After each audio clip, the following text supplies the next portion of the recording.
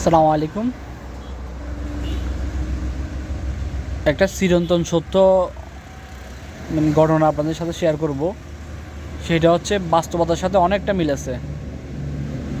আগে ওটা বলার আগে আমি আপনাকে একটা এক্সাম্পল দিই। সেটা হচ্ছে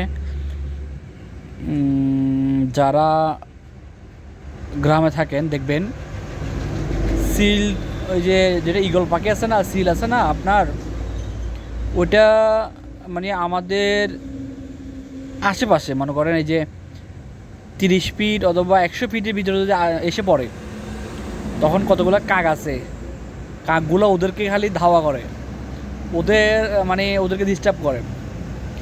তো ওই সিলটা হচ্ছে আপনার একটা মানে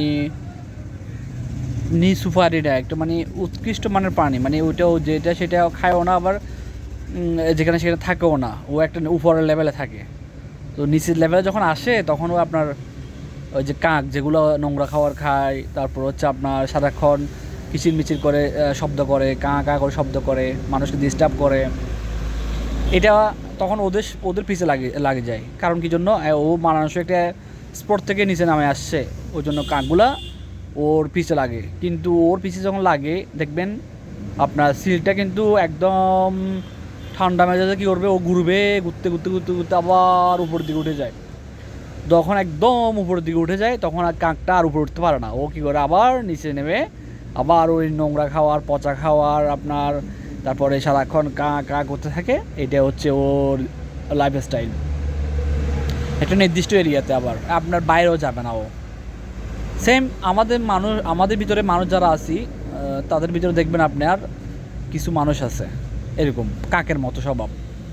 আপনার যদি নির্দিষ্ট স্থান থেকে যদি একটু নিচে নামে আসেন, আপনি মনে করতেছেন যে না এখানে তো একটু আসি, ওদের সাথে একটু মানুষ কতগুলোর সাথে একটু গল্প করি বা এদের সাথে একটু আড্ডা দিই, ওই যে কাকের মতো কিছু মানুষ আছে আপনার পিছিয়ে লাগে যাবে, পিছিয়ে লাগবে, লাগিয়ে আপনাকে বলবে যে মানে ও কাকের মতো ডিস্টার্ব করবে আর কি।